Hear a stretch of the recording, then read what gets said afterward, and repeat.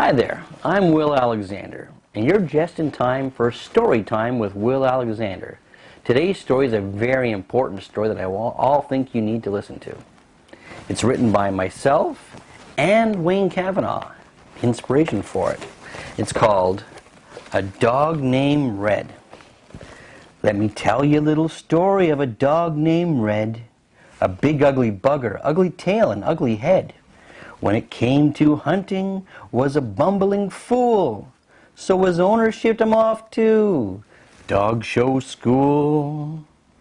Well, Red had a head like a giant red boulder, and he marched to and fro like a military soldier. When it came to free baiting, he stood four square and stayed. That's bound to be a hit at dog shows today.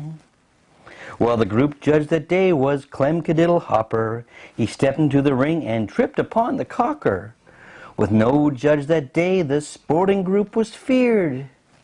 And then the ghost of Mrs. Clark suddenly appeared. I'll judge your group, bring 'em in, take 'em round. Well, the first in the ring were the three dog setters. All looked the same, none worse and none better. With a tear trickling down her face, she said, before we get to judging, let's discuss the setter race. It's called breed type, boys and girls, heads, tails, and attitude. Well, the Irishman is the fiery one at best, tallest of the three and more fired up than all the rest. When you think of a headpiece, think of McCammon Marquis. Those eyes, those ears, that temperament you really want to see. The Englishman is the gentleman of the three, not so fired up, much more gentlemanly. When you think of an English setter, think of Rock Falls Colonel.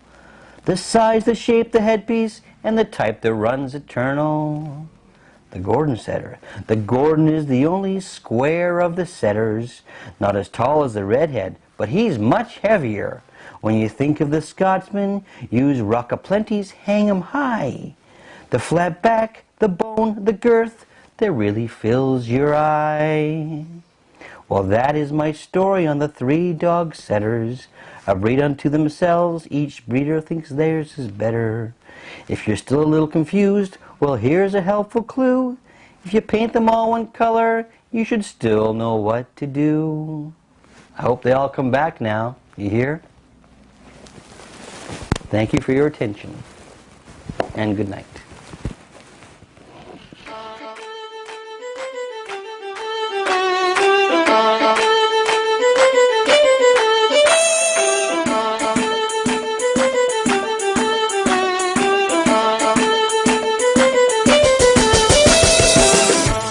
And sorry to all you Irish red and white fanciers out there, as it's a relatively new breed to me. I don't think I have the wherewithal to teach you about it. Thank you.